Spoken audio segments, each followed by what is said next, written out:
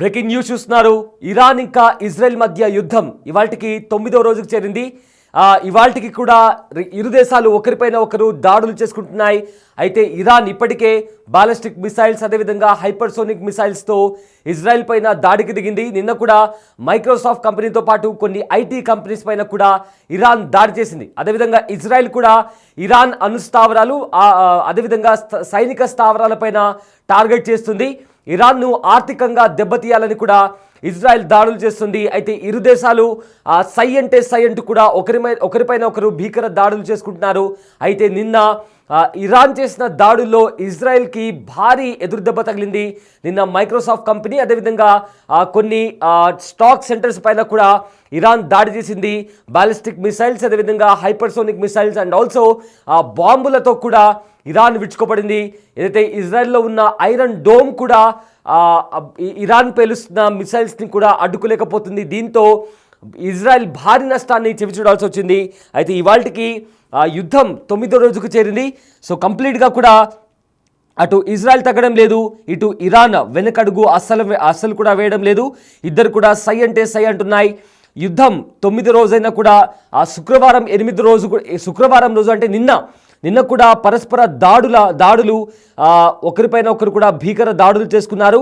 ఒకవైపేమో యుద్ధం ఆపడానికి జెనీవాలో కూడా చర్చల ప్రక్రియ కూడా ప్రారంభమైంది. రెండు దేశాలు బాంబుల వర్షాన్ని కూడా కురిపిస్తున్నాయి. ఒకవైపేమో సీజ్ ఫైర్ కోసం జెనీవాలో అటు ఇరాన్కి సంబంధించిన డిప్లొమాట్స్ ఇంకా ఇజ్రాయెల్కి సంబంధించిన డిప్లొమాట్స్ వీళ్ళిద్దరు కూడా జెనీవాలో శాంతి చర్చలు జరుపుతున్నారు. మరోవైపేమో ఇరు దేశాలు ఒకరిపైన ఒకరు బాంబుల వర్షాన్ని కురిపిస్తూనే ఉన్నారు.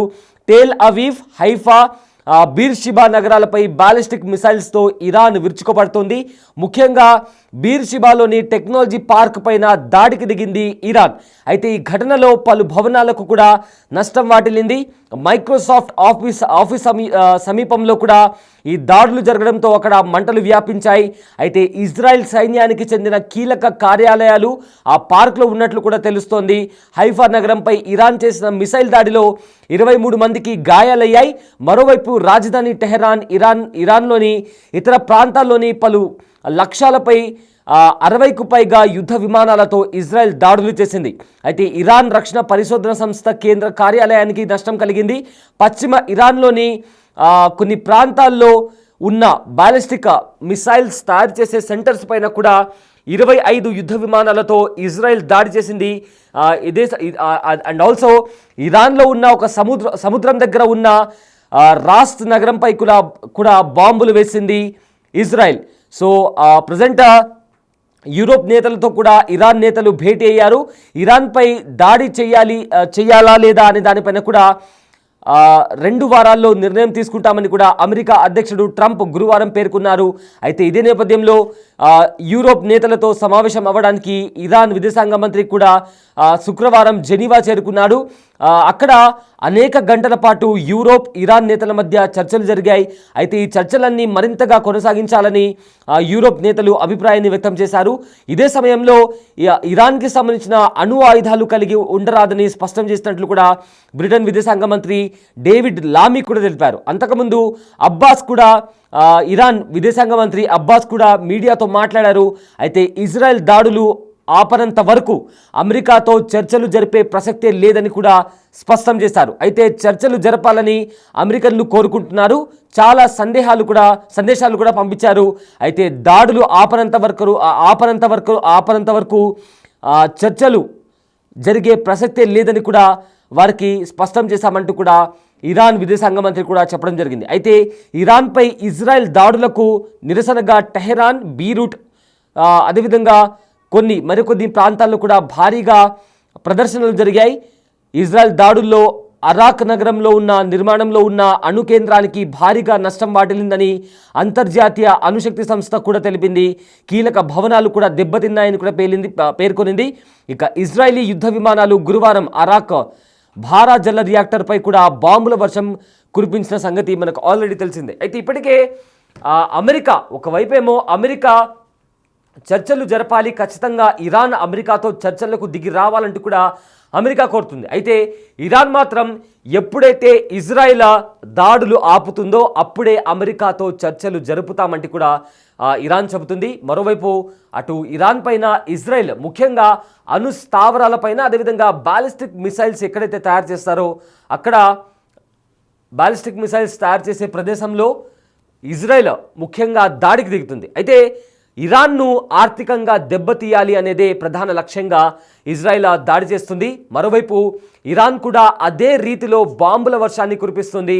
ఇజ్రాయెల్లో ఉన్న ముఖ్యమైన ప్రదేశాలను టార్గెట్గా చేసుకొని ఇరాన్ దాడికి దిగుతుంది. అయితే నిన్న కూడా ఏదైతే మైక్రోసాఫ్ట్ కంపెనీ దగ్గర ఉన్న కొన్ని ఆర్మీ బేస్ పైన కూడా దాడి చేసింది ఇరాన్.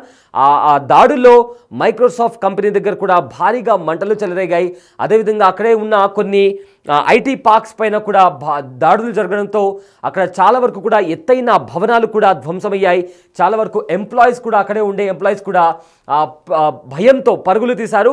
సో మొత్తం మీద రెండు దేశాల మధ్య హోరాహోరీ పోరు నడుస్తుంది, భీకర దాడులు చేసుకుంటున్నారు. సో ఇరాన్ బాలిస్టిక్ మిసైల్స్ను, అదేవిధంగా హైపర్సోనిక్ మిసైల్స్ని కూడా ఉపయోగించింది. ఇటువైపేమో ఇజ్రాయెల్ యుద్ధ విమానాలు వాడి ఇరాన్లో ఉన్న అణు స్థావరాలు, సైనిక స్థావరాలపైన దాడికి దిగింది. మరోవైపు అమెరికా చర్చల కోసం ఖచ్చితంగా ఇరాన్ చర్చల కోసం దిగి రావాల్సిందే అంటుంది. ఇక రష్యా, చైనా, నార్త్ కొరియా ఇరాన్కు మద్దతు పలుకుతున్నాయి. ఎందుకంటే ఆల్రెడీ రష్యా ఇరాన్ ఇంకా ఇజ్రాయెల్ మధ్య నెలకొన్న కాన్ఫ్లిక్ట్కి సంబంధించి మేము మిడిల్ మ్యాన్గా ఉంటాము, మధ్యవర్తిగా ఉండి రెండు దేశాల మధ్య సీజ్ ఫైర్ జరిగేలా చేస్తామంటూ కూడా రష్యా మాట్లాడింది. అయితే రష్యా స్టేట్మెంట్ రిలీజ్ చేయగానే అమెరికన్ ప్రెసిడెంట్ డొనాల్డ్ ట్రంప్ కూడా కీలక వ్యాఖ్యలు చేశారు. పుతిన్ని ఉద్దేశిస్తూ ముందు మీ దేశంలో ఏదైతే అశాంతి నెలకొందో, రష్యా ఇంకా ఉక్రెయిన్ మధ్య ఏదైతే యుద్ధ వాతావరణం కనిపిస్తుందో ముందు దాన్ని రెక్టిఫై చేసుకున్న తర్వాత ఇతర దేశాల విషయంలో జోక్యం చేసుకోవాలి అంటూ కూడా ట్రంప్ హితవు పలికారు.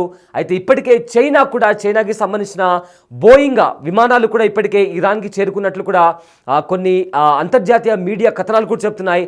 ఇక నార్త్ కొరియా కూడా బేషరతుగా ఇరాన్కే మద్దతు పలుకుతున్నట్టు కూడా తెలుస్తుంది. ఎందుకంటే రష్యా ఇంకా నార్త్ కొరియా వీళ్ళందరూ ఫ్రెండ్లీ అలైస్ కాబట్టి ఆల్రెడీ ఇప్పుడు రష్యా ఒకవేళ యుద్ధమే జరిగితే, ఒకవేళ రష్యా ఈ యుద్ధంలో డైరెక్ట్గా పాల్గొనాల్సి వస్తే కంప్లీట్గా నార్త్ కొరియా, చైనా, రష్యా ఈ మూడు దేశాలు కూడా ఇరాన్కు మద్దతు పలికే అవకాశం ఉంది. మరోవైపు ఇప్పటికే ఇజ్రాయెల్ ఏమాత్రం తగ్గకుండా భీకర దాడులు చేసినప్పటికీ కూడా ఇజ్రాయెల్ దగ్గర మెల్లమెల్లగా ఆయుధాలకు సంబంధించి కూడా ఆయుధాల సంఖ్య కూడా తగ్గుతూ వస్తుంది.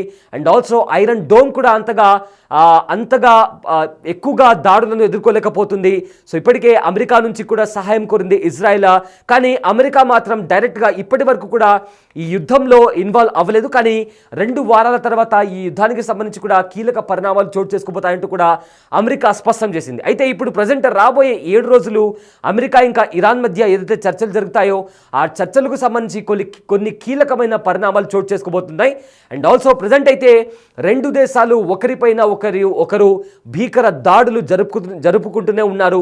సో దీంతో టెల్ అవీవ్, అదేవిధంగా ఇరాన్లో ఉన్న టెహరాన్లో కూడా జనాలు ఎవరైతే ఉన్నారో ఆ ప్రదేశాలను ఖాళీ చేసి సురక్షితమైన ప్రదేశాలకు, బంకర్స్లోకి కూడా వెళ్తున్నారు. సో ఫర్దర్గా చూడాలి. ఒకవేళ జెనీవాలో ప్రజెంట్ శాంతి చర్చలు జరుగుతున్నాయి. సో ఆ జెనీవాలో ఏవైతే శాంతి చర్చలు జరుగుతున్నాయో దానికి కారణంగా ఈ యుద్ధం ఆగిపోయి సీజ్ ఫైర్ నెలకొంటుందా, లేక 2 వారాల తర్వాత అమెరికా ఒకవేళ ఇరాన్ శాంతి చర్చలకు రాకపోతే అమెరికా డైరెక్ట్గా ఇందులో వార్కి దిగుతుందా? దీంతో రష్యా, చైనా ఇంకా నార్త్ కొరియా కూడా ఈ యుద్ధంలో పాల్గొంటాయా?